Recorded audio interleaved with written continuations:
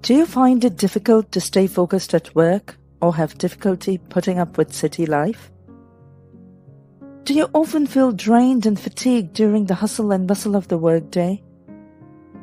Do you often yearn for a place where you could find tranquility but don't know where to find it? Hello everyone, and welcome to another brand new episode on my channel, Wonder Boho Book Club. Today I'll be summarizing the book Walden, written by Henry David Thoreau. Henry David Thoreau was an American naturalist, essayist, poet, philosopher, and was known as the leading transcendentalist writer of his time. In Walden, Thoreau hails the natural and simple way of life. The book chronicles his experiences over 2 years, 2 months, and 2 days that he spent at a cabin built by himself in the woodlands near Walden Pond, close to Concord, Massachusetts. He explores how he was able to survive in Walden Pond and how his minimalistic existence inspired him to think more deeply on human nature. Thoreau's book is just as much relevant in the 21st century, as it helps us learn more about both the practical and philosophical lessons that living a simpler life can teach. Before moving ahead, please don't forget to subscribe to our channel. Part 1. Modern life impedes our opportunities for personal growth. In the spring of 1845, Henry David Thoreau decided to go out to the wooden shore of Walden Pond in Concord, Massachusetts. Although called a pond, it was in fact a lake. Thoreau was deeply nostalgic when he wrote this, feeling like the society was losing both wisdom and freedom. He found that people are losing out on life because they are now stuck in servitude and can't enjoy life anymore. Thoreau despised the typical standard American life of excess, comparing it to an existence without purpose. One issue that the author sees with people nowadays is the lack of time they have to read. They might know about the intricacies of accounting and bookkeeping, but they don't know much about classic literature. Reading literature is important for people of all ages because it teaches you about other cultures and situations.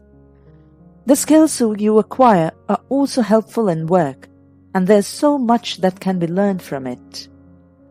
Thoreau admired Homer's epic poem, the Iliad, and it helped him get through his period of solitude.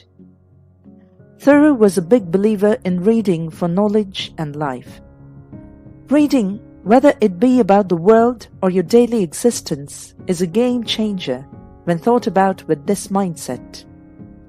Also, Thoreau's plan was to move to the Walden Pond and test his own personal limits while developing a new approach to life.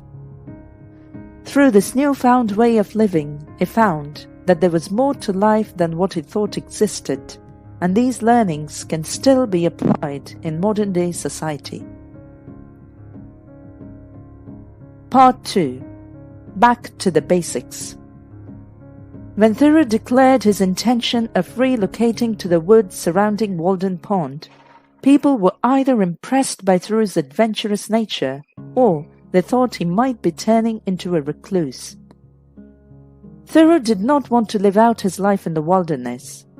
He only moved to Walden for a change, especially since he was already feeling the dejection from working people. Moving meant finally getting to live, on top of absorbing wisdom from nature. By moving to Walden Pond, Thoreau was trying to simplify his life so that he could focus on more involved pursuits and live more spiritually, creatively, and philosophically, as opposed to what he was used to living before. Thoreau believed that living at Walden Pond would allow him to meet his basic needs, such as food, shelter, clothing, and firewood for heating, relatively easily, because he would be removing the other complications of life. He was able to have time for contemplation and writing which meant that he finally had the time to enjoy his life. Thoreau could grow his own plants at Walden, both for food and to sell in the end. The house he built would have a small shed for firewood as well. Thoreau knew that farming, building, and maintaining the house would be an activity requiring perseverance. However, it would also provide more fulfillment than a mind-numbing day job. Sometimes, it's better to get away from normal life and focus on the simple things like gardening or even just reading a good book. Thoreau could do all this while focusing on his own thoughts, free of any day-to-day pressures. Thoreau also decided to opt out of buying expensive office clothing since he didn't need them anymore. Instead, he decided to work outdoors in durable and comfortable clothing. Part 3. Being self-sufficient has its own benefits. Thoreau thought that the expensive houses of his time were more like status symbols rather than ones that had been constructed for functional living. He probably was right. The average house cost 10 to 15 years' worth of salary. Thoreau felt that the Native Americans' way of house building was something he could learn from. These people built their homes in a simple and practical way. The structures were easy to build and all done with the intent of weathering severe weather conditions. Thoreau also saw some benefits to building houses on your own. It can be a lot of fun, and you can learn important lessons about life on your own. Admittedly, the student listening to the college lectures on metallurgy is not going to learn as much as someone who actually has done the mining and shaping of metal ore and made a weapon out of it. This is because hands-on experience helps us gain much more information in a shorter time frame. Thoreau saw the benefit of growing his own food, not only in terms of the satisfaction of eating what he grew, but also in learning about how to garden. Farming was tough work to Thoreau, but he still loved the art of agriculture and respected the ancient tradition. Part 4. The immersive quality of nature. So, in 1845, Thoreau built himself a small house not far from the shore of Walden Pond and lived there for the next 2 years. The house cost $28 to build, which would have been just enough to cover the cost of one room of accommodation at a nearby college in 1845. Thoreau's new home gave him everything he needed to be peaceful and focused while being surrounded by nature.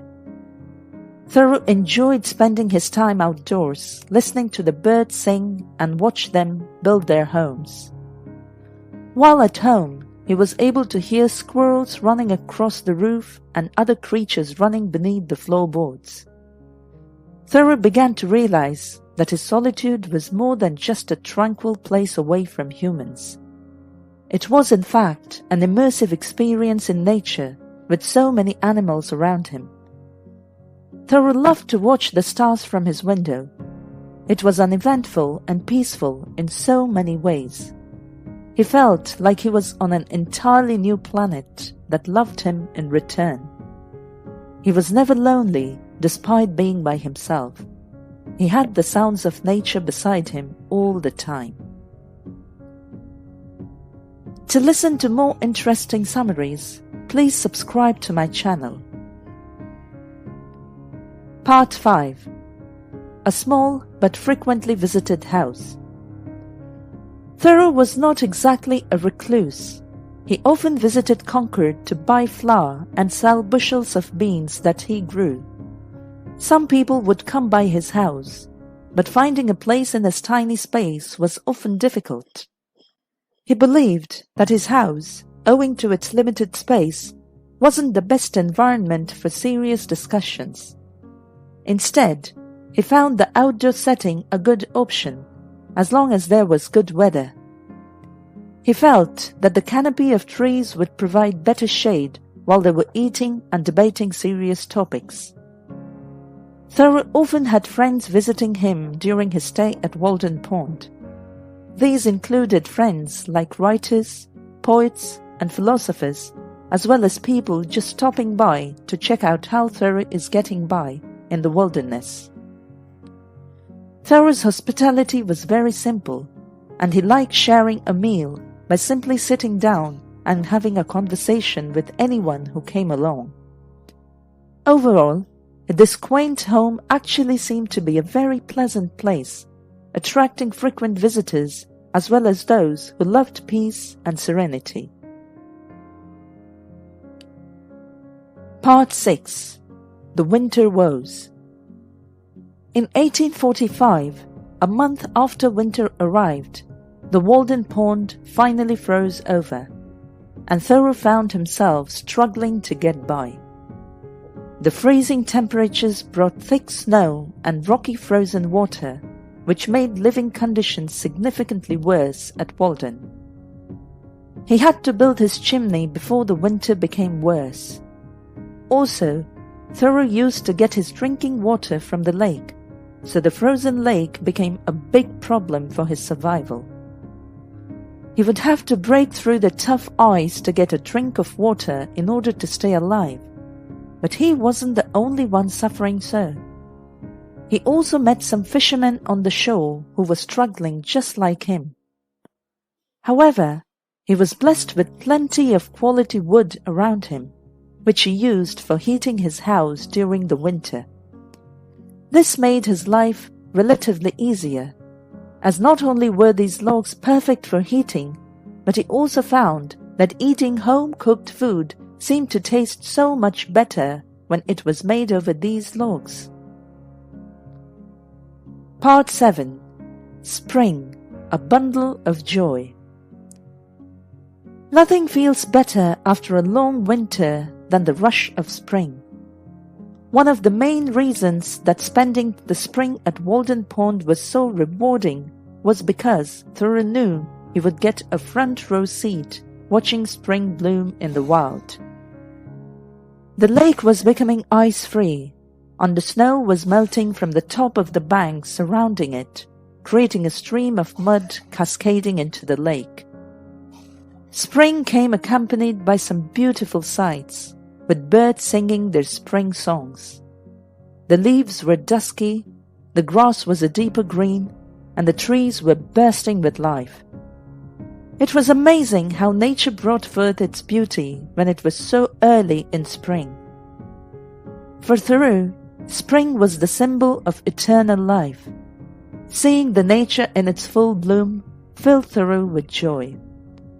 As someone who was used to city life, this change was transformative for him, and he felt like he was revitalized.